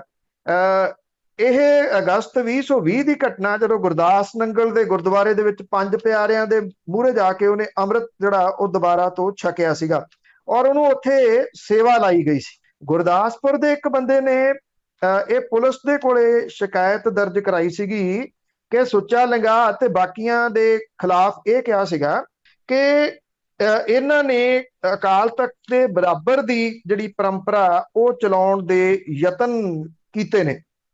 ਇਸ ਮਾਮਲੇ ਦੇ ਵਿੱਚ ਕਿਉਂਕਿ ਮਾਮਲਾ ਅਕਾਲ ਤਖਤ ਦੇ ਕੋਲੇ ਵੀ ਪਹੁੰਚ ਗਿਆ ਸੀਗਾ, ਸ਼੍ਰੋਮਣੀ ਕਮੇਟੀ ਮੈਂਬਰ ਗੁਰਿੰਦਰਪਾਲ ਸਿੰਘ ਗੋਰਾ ਤੇ ਰਤਨ ਸਿੰਘ ਜਫਰਵਾਲ ਉਹਨੂੰ ਤਨਖਾਹੀਆ ਕਰਾਰ ਦਿੱਤਾ ਸੀ। ਹਾਲਾਂਕਿ ਇਹਦੇ ਵਿੱਚੋਂ ਪ੍ਰੋਫੈਸਰ ਸਰਚਾਂਦ ਹੋਰੀ ਫੇਰ ਬਚ ਕੇ ਨਿਕਲ ਗਏ ਸੀਗੇ। ਗ੍ਰਹਿ ਵਿਭਾਗ ਨੇ ਮਾਮਲਾ ਜਿਹੜਾ ਸੀਗਾ ਜਦੋਂ ਪੁਲਿਸ ਦੇ ਕੋਲੇ ਚਲ ਗਿਆ ਤਾਂ ਪ੍ਰੋਸੀਕਿਊਸ਼ਨ ਤੇ ਲਿਟੀਗੇਸ਼ਨ ਵਿਭਾਗ ਨੂੰ ਭੇਜਿਆ ਸੀਗਾ ਔਰ ਕਾਨੂੰਨੀ ਮਾਹਰਾਂ ਦੀ ਜਿਹੜੀ ਟੀਮ ਸੀ ਉਹਦੀ ਗਠਨ ਕਰਕੇ ਇਹਦੀ ਮਾਮਲੇ ਦੀ ਜਾਂਚ ਕੀਤੀ ਗਈ। ਇਹ ਕਿਹਾ ਗਿਆ ਕਿ ਪੰਥ ਚੋਂ ਛੇਕੇ ਕਿਸੇ ਬੰਦੇ ਨੂੰ ਪੰਥਕ ਪਰੰਪਰਾਵਾਂ ਦੇ ਅਨੁਸਾਰ ਉਦੋਂ ਤੱਕ ਅੰਮ੍ਰਿਤ ਨਹੀਂ ਛਕਾਇਆ ਜਾ ਸਕਦਾ ਜਿੰਨਾ ਚਿਰ 5 ਸਿੰਘ ਸਹਿਬਾਨ ਉਸ ਵਿਅਕਤੀ ਨੂੰ ਮੁੜ ਪੰਥ ਦੇ ਵਿੱਚ ਸ਼ਾਮਲ ਨਹੀਂ ਕਰ ਲੈਂਦੇ। ਇਹ ਸ਼ਿਕਾਇਤਕਰਤਾ ਨੇ ਜਿਹੜਾ ਦੀ ਉਹ ਸ਼ਿਕਾਇਤ ਦਰਜ ਕਰਵਾਈ ਸੀਗੀ। ਹੁਣ ਵਿਭਾਗ ਕਹਿੰਦਾ ਕਿ ਜੇ ਸਰਕਾਰ ਚਾਹੇ ਤਾਂ ਐਡਵੋਕੇਟ ਜਨਰਲ ਤੋਂ ਇਹਦੇ ਬਾਰੇ ਕਾਨੂੰਨੀ ਰਾਏ ਲੈ ਸਕਦੀ ਹੈ। ਕਿਹੜਾ ਐਡਵੋਕੇਟ ਜਨਰਲ ਜੀ, ਜਿਹੜਾ ਸਾਰੇ ਕੇਸ ਹਾਰ ਰਿਹਾ, ਉਹਨੂੰ ਤਾਂ ਵਿਚਾਰੇ ਨੂੰ ਪਤਾ ਹੀ ਨਹੀਂ ਕਾਨੂੰਨ ਦੇ ਬਾਰੇ ਦੇ ਵਿੱਚ। ਸਿੱਖ ਰਹਿਤ ਮਰਿਆਦਾ ਦੇ ਇਹਦੇ ਨਾਲ ਜਿਹੜੀ ਨੱਥੀ ਕੀਤੀ ਗਈ ਮਰਿਆਦਾ, ਇਹ ਕਿਹਾ ਕਿ ਉਹਦੇ ਵਿੱਚ ਕੋਈ ਪ੍ਰੋਵੀਜ਼ਨ ਜਿਹੜਾ ਨਹੀਂ ਹੈਗਾ ਕਿ ਅਕਾਲ ਤਖਤ ਦੀ ਮਨਜ਼ੂਰੀ ਦੇ ਬਿਨਾਂ 5 ਪਿਆਰਿਆਂ ਦੇ ਵੱਲੋਂ ਪੰਥ ਚੋਂ ਛੇਕੇ ਸਿੱਖ ਨੂੰ ਅੰਮ੍ਰਿਤ ਨਹੀਂ ਛਕਾਇਆ ਜਾ ਸਕਦਾ। ਇਹ ਜਿਹੜਾ ਇਹਦੇ ਵਿੱਚ ਪਲੀ ਜਿਹੜੀ ਆ ਉਹ ਲਈ ਗਈ ਆ ਔਰ ਇਹ ਵੀ ਕਿਹਾ ਗਿਆ ਕਿ ਸਿੱਖ ਰਹਿਤ ਮਰਿਆਦਾ ਦੀ ਕੋਈ ਉਲੰਘਣਾ ਜਿਹੜੀ ਉਹ ਨਹੀਂ ਹੋਈ ਔਰ ਇਹ ਕਿਹਾ ਗਿਆ ਕਿ 5 ਪਿਆਰਿਆਂ ਦੇ ਵੱਲੋਂ ਲੰਗਾ ਨੂੰ ਕਰਾਇਆ ਗਿਆ ਅੰਮ੍ਰਿਤਪਾਨ ਸਵਾਂਗ ਨਹੀਂ ਕਿਹਾ ਜਾ ਸਕਦਾ ਤੇ ਇਹ ਸਿੱਖ ਪੰਥ ਦੇ ਵਿੱਚ ਸ਼ਾਮਲ ਹੋਣ ਦੀ ਇੱਕ ਕੋਸ਼ਿਸ਼ ਸੀ ਤੇ ਇਹਦੇ ਨਾਲ ਸਿੱਖ ਧਰਮ ਦੀਆਂ ਭਾਵਨਾਵਾਂ ਨੂੰ ਠੇਸ ਪਹੁੰਚਾਉਣ ਦਾ ਕੋਈ ਇਰਾਦਾ ਨਹੀਂ ਸੀ। ਸੋ ਇਹ ਕਲੀਨ ਚਿੱਟ ਜਿਹੜੀ ਆ ਉਹ ਸੁੱਚੇ ਲੰਗਾ ਨੂੰ ਸਰਕਾਰ ਨੇ ਦੇ ਦਿੱਤੀ ਹੈ ਜੀ। ਵੈਸੇ ਹੁਣ ਉਡੀਕ ਤਾਂ ਅਜੇ ਜਿਹੜੀ ਜੀ ਉਹ ਦੂਜੀ ਕਲੀਨ ਚਿੱਟ ਦੀ ਆ ਜਿਹੜੀ ਲਿਫਾਫੇ 'ਚ ਪੈ ਕੇ ਮੇਲ ਰਾਹੀਂ ਆ ਜਾਣੀ ਹੈ। ਬਿਲਕੁਲ ਜੀ, ਕੀਤੀ ਹੋਣੀ ਹੈ ਮੇਲ ਤਾਂ। ਤੇ ਅੱਗੇ ਜੇ ਗੱਲ ਪੁਲਿਸ ਦੀ ਕਰੀਏ ਤਾਂ ਜਦ ਦੀ ਸਾਨੂੰ ਸੁਰਤ ਆਈ ਉਦੋਂ ਦੀ ਇਹ ਦੇਖਦੇ ਹਾਂ ਕਦੀ ਕਿਸਾਨਾਂ ਦੇ ਦੁਆਲੇ, ਕਦੀ ਵਿਦਿਆਰਥੀਆਂ ਦੇ ਦੁਆਲੇ ਇਹਨਾਂ ਦੀ ਡਾਂਗ ਵਰਦੀ ਹੈ, ਤਾਂ ਹੁਣ ਕੱਚੇ ਅਧਿਆਪਕਾਂ ਦੇ ਦੁਆਲੇ ਡਾਂਗ ਚੱਲੀ ਹੈ। ਦੇਖੋ, ਜਿਹੜੇ ਕੱਚੇ ਅਧਿਆਪਕ ਨੇ ਉਹ ਨਿਗੂਣੀਆਂ ਤਨਖਾਹਾਂ ਦੇ ਉੱਤੇ ਪਿਛਲੇ 15-15 ਸਾਲ ਤੋਂ 16-16 ਸਾਲ ਤੋਂ ਕੰਮ ਕਰ ਰਹੇ ਆ। 6,000 ਤੋਂ ਲੈ ਕੇ 11,000 ਰੁਪਏ ਤੱਕ ਇਹਨਾਂ ਦੀ ਤਨਖਾਹ ਹੈ। ਸਿਰਫ ਇਹਨਾਂ ਦੇ ਵੱਲੋਂ ਪਿਛਲੇ ਦਿਨਾਂ ਤੋਂ ਧਰਨਾ ਜਿਹੜਾ ਉਹ ਐਜੂਕੇਸ਼ਨ ਬੋਰਡ ਦੇ ਬਾਹਰ ਦਿੱਤਾ ਜਾ ਰਿਹਾ। ਕੁਝ ਇਹਨਾਂ ਦੇ ਵਿੱਚੋਂ ਛੱਤ ਤੇ ਵੀ ਚੜੇ ਹੋਏ ਨੇ। ਕੱਲ ਇਹਨਾਂ ਦੇ ਨਾਲ ਮੀਟਿੰਗ ਜਿਹੜੀ ਉਹ ਹੋਣੀ ਸੀਗੀ ਜਿਹੜੇ ਸਿੱਖਿਆ ਮੰਤਰੀ ਦੀ, ਐਨ ਲਾਸਟ ਮਿੰਟ ਦੇ ਉੱਤੇ ਇਹ ਆਖਿਆ ਗਿਆ ਕਿ ਤੁਹਾਡੀ ਮੀਟਿੰਗ ਕੈਂਸਲ, ਅਜੇ ਅਗਲੀ ਮੀਟਿੰਗ ਦਾ ਸਮਾਂ ਦੇਵਾਂਗੇ। ਕਿਉਂ ਕੈਂਸਲ? ਇਹਦਾ ਕੋਈ ਕਾਰਨ ਨਹੀਂ ਜਿਹੜਾ ਉਹ ਦੱਸਿਆ ਗਿਆ। ਇਹਨਾਂ ਜਿਹੜੇ ਅਧਿਆਪਕ ਨੇ ਇਹ ਉਹਨਾਂ ਨੂੰ ਬੇਇੱਜ਼ਤ ਕੀਤਾ ਜਾ ਰਿਹਾ, ਚਾਹੇ ਉਹ ਈਟੀਟੀ ਟੈਟ ਵਾਲੇ ਨੇ ਉਹਨਾਂ ਨੂੰ ਬੇਇੱਜ਼ਤ ਕੀਤਾ ਜਾ ਰਿਹਾ, ਚਾਹੇ ਕੱਚੇ ਅਧਿਆਪਕ ਨੇ ਉਹਨਾਂ ਨੂੰ ਬੇਇੱਜ਼ਤ ਕੀਤਾ ਜਾ ਰਿਹਾ। ਇਹ ਜਦੋਂ ਇੰਨੇ ਦਿਨਾਂ ਦੇ ਇੰਨੀ ਗਰਮੀ ਦੇ ਵਿੱਚ ਧੁੱਪੇ ਬੈਠੇ ਨੇ, ਇਹ ਉਹਨਾਂ ਨੂੰ ਇਹ ਪਤਾ ਲੱਗਿਆ ਕਿ ਮੀਟਿੰਗ ਅੱਜ ਵਾਲੀ ਵੀ ਕੈਂਸਲ ਹੈ ਤੇ ਰੋਹ ਦੇ ਵਿੱਚ ਆਉਣਾ ਸੀ। ਉਹਨਾਂ ਨੇ ਕਿਹਾ ਕਿ ਉਹ ਮੁੱਖ ਮੰਤਰੀ ਦੇ ਨਿਵਾਸ ਨੂੰ ਜਾ ਕੇ ਘੇਰਨਗੇ। ਹੁਣ ਮੁੱਖ ਮੰਤਰੀ ਨਿਵਾਸ ਕਿਹੜਾ ਆ, ਇਹ ਵੀ ਆਪਣੇ ਆਪ ਦੇ ਵਿੱਚ ਵੱਡਾ ਸਵਾਲ ਹੈ। ਸਰਕਾਰੀ ਰਿਹਾਇਸ਼ ਤੇ ਮੁੱਖ ਮੰਤਰੀ ਰਹਿੰਦੇ ਨਹੀਂ। ਪਟਿਆਲੇ ਦੇ ਵਿੱਚ ਉਹ ਕਦੀ ਆਉਂਦੇ ਨਹੀਂ, ਉਹ ਰਹਿੰਦੇ ਸੀਸਵਾਂ ਕੋਈ ਜਾ ਨਹੀਂ ਸਕਦਾ। ਲੈ ਦੇ ਕੇ ਦੋ ਜਿਹੜੇ ਉਹ ਰਹਿ ਜਾਂਦੇ ਆ, ਜਾਂ ਤਾਂ ਚੰਡੀਗੜ੍ਹ ਨੂੰ ਜਾਂਦੇ ਆ। ਚੰਡੀਗੜ੍ਹ ਪੁਲਿਸ ਪਹਿਲਾਂ ਡਾਂਗਾ ਲੈ ਕੇ ਖੜੀ ਹੁੰਦੀ ਆ ਕੁੱਟਣ ਦੇ ਵਾਸਤੇ, ਪਾਣੀ ਦੀਆਂ ਵਿਛਾਰਾਂ ਮਾਰਨ ਦੇ ਵਾਸਤੇ। ਅਥਰੂ ਗੈਸ ਦੇ ਗੋਲੇ ਸੁੱਟੇ ਗਏ ਕੱਲ ਟੀਚਰਾਂ ਦੇ ਉੱਤੇ ਚੰਡੀਗੜ੍ਹ ਦੀ ਪੁਲਿਸ ਦੇ ਵੱਲੋਂ, ਔਰ ਡਾਂਗ ਵਾਹੀ ਗਈ। ਇਹਦੇ ਵਿੱਚ ਬਹੁਤ ਸਾਰੇ ਜਿਹੜੇ ਅਧਿਆਪਕ ਸੀ ਉਹ ਜ਼ਖਮੀ ਹੋਏ।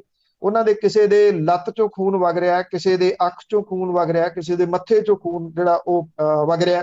ਬੁਰੇ ਤਰੀਕੇ ਦੇ ਨਾਲ ਚੰਡੀਗੜ੍ਹ ਦੀ ਪੁਲਿਸ ਨੇ ਇਹਨਾਂ ਅਧਿਆਪਕਾਂ ਨੂੰ ਛੱਲੀਆਂ ਵਾਂਗ ਕੁੱਟਿਆ। ਜੇ ਹੁਣ ਪਟਿਆਲੇ ਆ ਜਾਣ ਤੇ ਇੱਥੇ ਪਟਿਆਲੇ ਦੀ ਪੁਲਿਸ ਜਿਹੜੀ ਹੈ ਜੀ ਉਹ ਡਾਂਗਾ ਲਈ ਖੜੀ ਹੁੰਦੀ ਹੈ, ਔਰ ਉਹ ਬਿਨਾਂ ਕਿਸੇ ਪੁੱਛਣ ਤੋਂ, ਬਿਨਾਂ ਕੋਈ ਗੱਲ ਜਿਹੜੀ ਉਹ ਕਰਨ ਤੋਂ ਨਾਲ ਦੀ ਨਾਲ ਕੁਟਾਪਾ ਜਿਹੜਾ ਉਹ ਚਾੜਨਾ ਸ਼ੁਰੂ ਕਰ ਦਿੰਦੀ ਹੈ।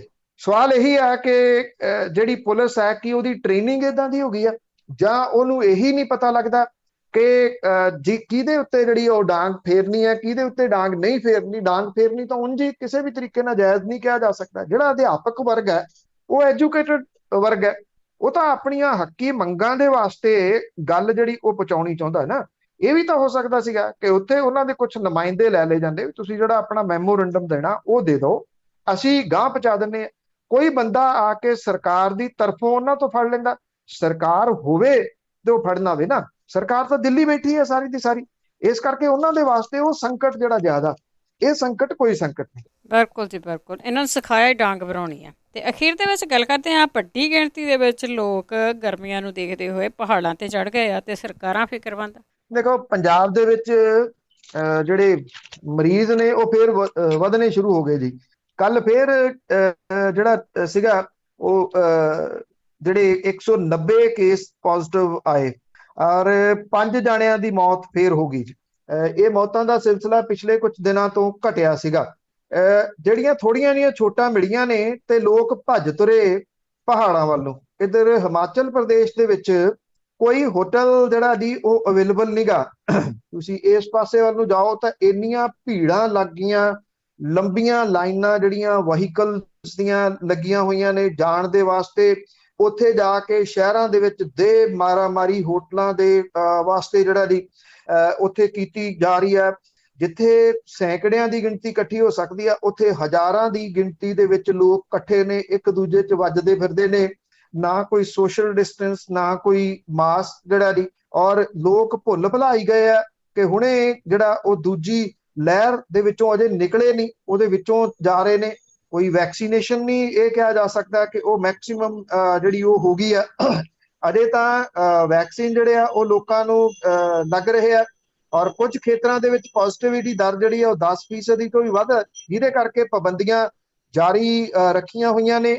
24 ਘੰਟਿਆਂ ਦੇ ਵਿੱਚ COVID-19 ਦੀ ਜਿਹੜੀ ਲਾਗ ਹੈ ਜੀ ਉਹ 35,000 ਦੇ ਕਰੀਬ ਨਵੇਂ ਕੇਸ ਜਿਹੜੇ ਉਹ ਆਏ ਆ। ਬੇਸ਼ੱਕ ਇਹ ਪਿਛਲੇ 111 ਦਿਨਾਂ ਦੇ ਦੌਰਾਨ ਸਭ ਤੋਂ ਹੇਠਲਾ ਅੰਕੜਾ, ਪਰ 35,000 ਅੰਕੜਾ ਵੀ ਕੋਈ ਛੋਟਾ ਅੰਕੜਾ ਨਹੀਂ ਹੁੰਦਾ। ਔਰ ਜਿਹੜੀਆਂ 553 ਮੌਤਾਂ ਮੁਲਕ ਭਰ ਦੇ ਵਿੱਚ ਹੋਈਆਂ ਨੇ, ਜਿਹੜੀ ਕੁੱਲ ਗਿਣਤੀ ਹੈ ਉਹ 4 ਕਰੋੜ ਨੂੰ ਤਾਂ ਉਹ ਟੱਪੀ ਹੋਈ ਹੈ। ਲੋਕਾਂ ਦੀ ਮੂਰਖਤਾ ਜਿਹੜੀ ਹੈ ਜੀ, ਇਹਦੇ ਉੱਤੇ ਤੁਸੀਂ ਕੀ ਕਹੋਗੇ ਕਿ ਇਹ ਲੋਕ ਸਮਝਣ ਦੇ ਵਾਸਤੇ ਕੁਝ ਤਿਆਰ ਨਹੀਂ ਗਏ ਜੀ। ਇਹ ਲੋਕ ਇਸ ਗੱਲ ਨੂੰ ਰੀਅਲਾਈਜ਼ ਕਰਨ ਦੇ ਵਾਸਤੇ ਤਿਆਰ ਨਹੀਂ ਗਏ ਕਿ ਇਹ ਉਹਨਾਂ ਦੀ ਜਿਹੜੀ ਉਹ ਸਿਕਿਉਰਿਟੀ ਆ। ਜੇ ਇੱਕ ਵਾਰ ਇਹ ਪਹਾੜਾਂ ਦੇ ਉੱਤੇ ਨਹੀਂ ਜਾਣਗੇ, ਛੁੱਟੀਆਂ ਦੇ ਉੱਤੇ ਨਹੀਂ ਜਾਣਗੇ, ਘੱਟੋ ਘੱਟ ਜਿਉਂਦੇ ਰਹਿਣ ਵੱਲ ਨੂੰ ਤਾਂ ਜਿਹੜਾ ਜੀ ਉਹ ਤੁਰ ਰਹੇ ਹੋਣਗੇ।